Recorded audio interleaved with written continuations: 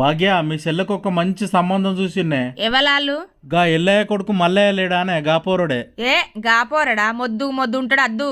మా చెల్లె ఎంత స్లిమ్గా ఎంత ముద్దుగుంటది. ఇక దొడ్డున్నోళ్ళు మనుషులు కదా అనే. నీకు పిట్ట కథ చెప్తా ఇట్రా. ఈనత్తంది గాని చెప్పరాదు.